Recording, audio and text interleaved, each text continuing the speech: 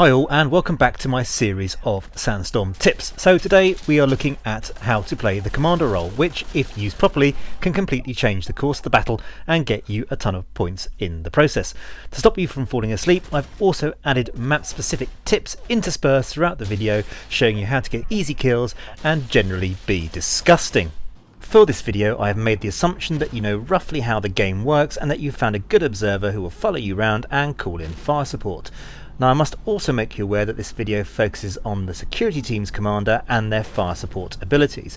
Now if you guys find this useful, I will also share my tips and tricks for the insurgent commander, as you'll have different options and therefore different tactics. Let us begin. So the commander gets a pair of binoculars and with the help of a nearby observer can call in team specific fire support.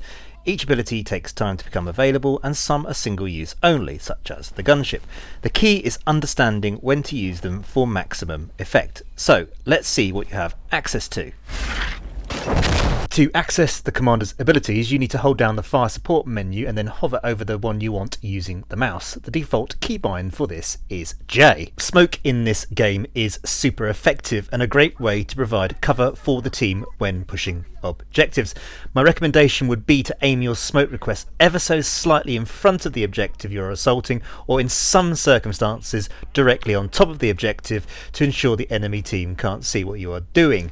Do not underestimate how important smoke artillery is when pushing objectives, and only move once the shells have dropped.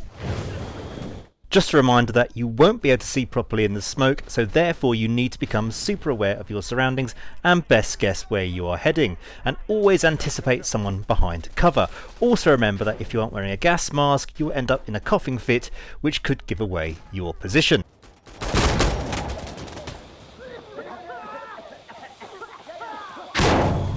Here is disgusting tip number 1. If you are playing on hillside defending as the security team, during the opening wave you want to lob a grenade right here as you see in the video.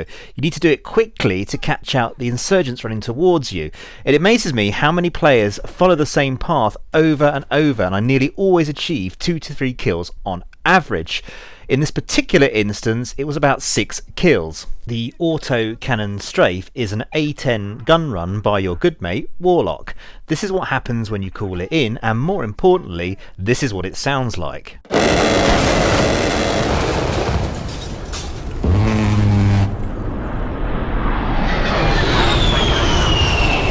Like all fire support requests in this game, using Warlock is situational, and you'll get better as you learn the maps.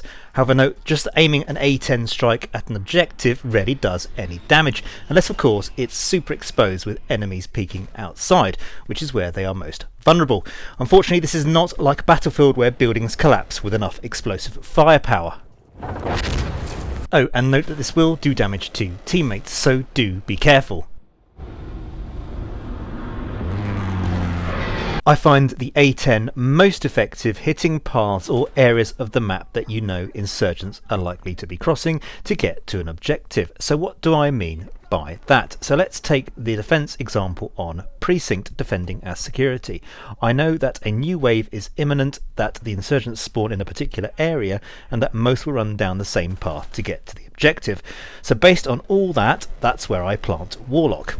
And the good news is that Warlock appears fairly quickly after ordering it in, so there's no hanging around watching enemy players move from that sweet spot you've just identified. Here is disgusting tip number 2. Did you know you can kill people whilst in the red zone? This can be a really disgusting way to catch players off guard and rake in a few cheeky kills. You only have a few seconds before your gun deactivates and forces you back to the player area, so make sure you've timed it right to avoid embarrassing situations. On to artillery. Let's just see how devastating artillery can be and how artillery shells will spread around your target.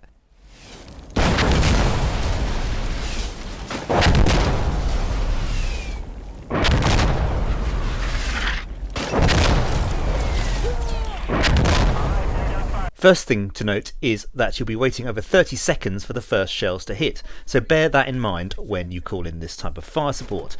Picking a random spot in the distance and hoping to do damage rarely works. Very similar to Autocannon Strafe in that you want to catch enemy players where they are most exposed, so outdoors and heading towards an objective. In offence, I like to aim artillery just behind the objective to prevent reinforcements into that particular area. 1, it kills, and 2, it puts people off from pushing as they wait for artillery to land. This is your opportunity to race in and capture the objective, as you see in the footage. Let's go, go, go.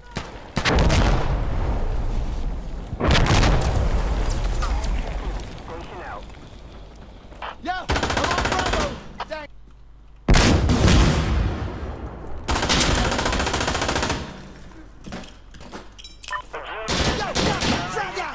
Cover me! I'm reloading!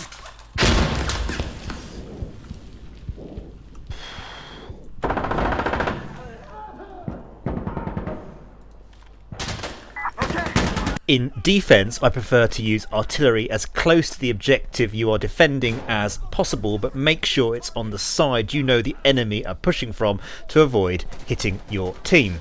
Sometimes, especially if you are under intense pressure from an experienced opposition, you may need to drop explosives just outside the objective. Again, make sure it's on the side the opposition are approaching from. Here is nice tip number 3. Now, people often ask me why I'm constantly checking the scoreboard. Well, 1, it's to see who's still alive, and 2, it gives you a mini-map that shows where people are, where the enemy spawn location is, and the direction you need to be looking. I've grouped the gunship and minigun support together as I feel they have very similar effects, and when used correctly will get you loads of points. So let's start with minigun support, which has the call sign Cleric. Cleric is a Black Hawk helicopter which fires a 50 caliber minigun at enemies it can see on the ground. It takes about 30 seconds to appear once called in. Okay, we're all finished. Though it's tempting to deploy Cleric as soon as you get it, I wouldn't. Cleric and indeed the gunship are best to use when the following conditions are met. Either you're running out of reinforcement ways and need to turn the situation around, or the objective you're assaulting is open and exposed and it makes total sense to use it. The critical thing is to push hard once Cleric has arrived to take advantage of the cover provided by the AI-controlled minigun. Insurgents will either be caught out by the gunner or hiding in buildings to avoid getting killed, so when rushing inside that objective, be prepared for a fight.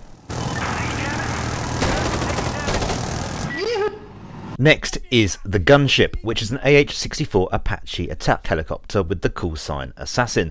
The difference between Assassin and Cleric is that Assassin fires a barrage of rockets on the location indicated by the commander. It will then revert to a chain gun to hit enemies with explosive rounds. Now be careful with this one, as the explosions will hurt friendly players, so this is where you need to aim ahead at an open area you know will be littered with insurgent players.